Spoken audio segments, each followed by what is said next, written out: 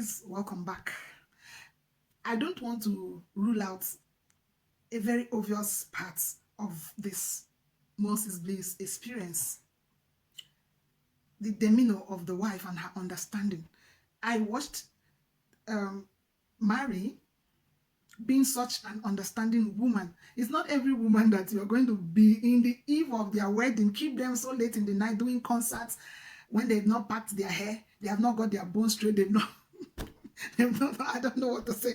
You know, she understood the assignments, that this is somebody that I don't need to gag into who he is not. You know, that's one thing about partnership, about relationship. This is what couples need to understand, that you don't force your partner to go out of who he is or his principles, his values, his person, because you want to be pleased. Understanding the assignment makes the both of you happy. That is also what will help you in that relationship, where you don't get pushy about the things you want, where you don't try to change your partner. I watched her gracefully following, gracefully allowing him do his thing because it was his thing and his turn, gracefully playing along. She understood who this person is and that I don't need to change him. This is one thing most couples do that make them fail. I watched one video where two people were matched mates, and the lady says, I want to know if you can perform in bed. I want to see your manhood. I want to see how you are able to perform in bed. And she insisted, and the guy was like, no, this is my commitment to God. He even said, I'm a Sunday school teacher. I cannot go into sex before marriage. And the lady insisted, I have to know what I'm going into. And this and that. And I was wondering, she is not young. Is this the way she's been testing every guy she's been meeting and falling out? And then she also never thought that that guy also has things also that are his fears, are things that can also make him reject a woman or a lady he meets in a relationship. And she succeeded having her. We are making that guy fall just to please her. What happened in the end? The guy says it cannot happen. I cannot marry her again. Why? Because he says it's my commitment not to have a carnal knowledge of the woman I want to marry until we get married. Some people are going to argue that how will she know if it's okay? The hospitals are there to prove it. All you need to know is that he's functional, he's healthy, he gets an erection, he has viable sperms, he's sexually active, and you can know from your discussions. You can also consolidate that knowledge by taking a step further to go to the hospitals that will run the required tests. Why I'm saying this is that that lady got pushy and got what she wanted, but made the guy change his mind, and that was how that relationship broke up. I'm not saying it's going to be the same for everybody, but the point I'm making is that you don't have to press and change your partner because of what you want or what people are telling you, your friends are telling you. Don't get me wrong, there is no perfect sexual experience.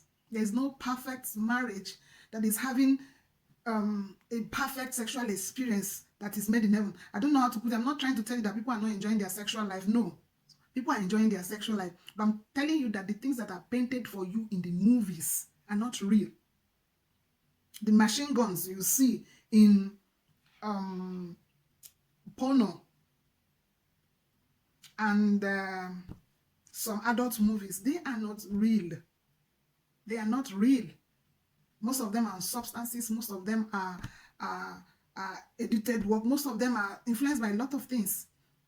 So if you are going to now use those yardsticks to measure your relationship with your partner, you might be having a problem.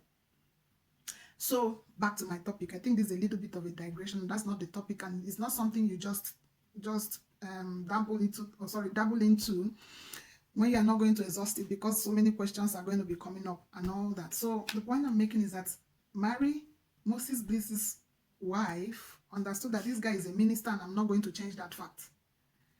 This guy is a prayer warrior. I'm not going to change that fact. This guy is moderate. I'm not going to change that fact. The wife was there giving all the support. There's nothing like the support of a partner. It's very, very important. Support comes not only in material things, in understanding, in constantly putting self to check, in constantly bringing each other to speed, up to speed, in constantly agreeing to make it work, agreeing to make it work, in constantly talking to self and desiring to make it work. And it's also easy because there are two people pursuing the same thing. So kudos to you, Marie. We appreciate the effort you have made to keep this guy in faith and keep accepting him for who he is and for the grace of God in his life, your willingness to work with him and to build it. Both of you are a challenge to us. I appreciate the grace of God in your life. I admire you a lot. You have one admirer. Thank you so much, guys, for challenging us and being an example to a younger generation.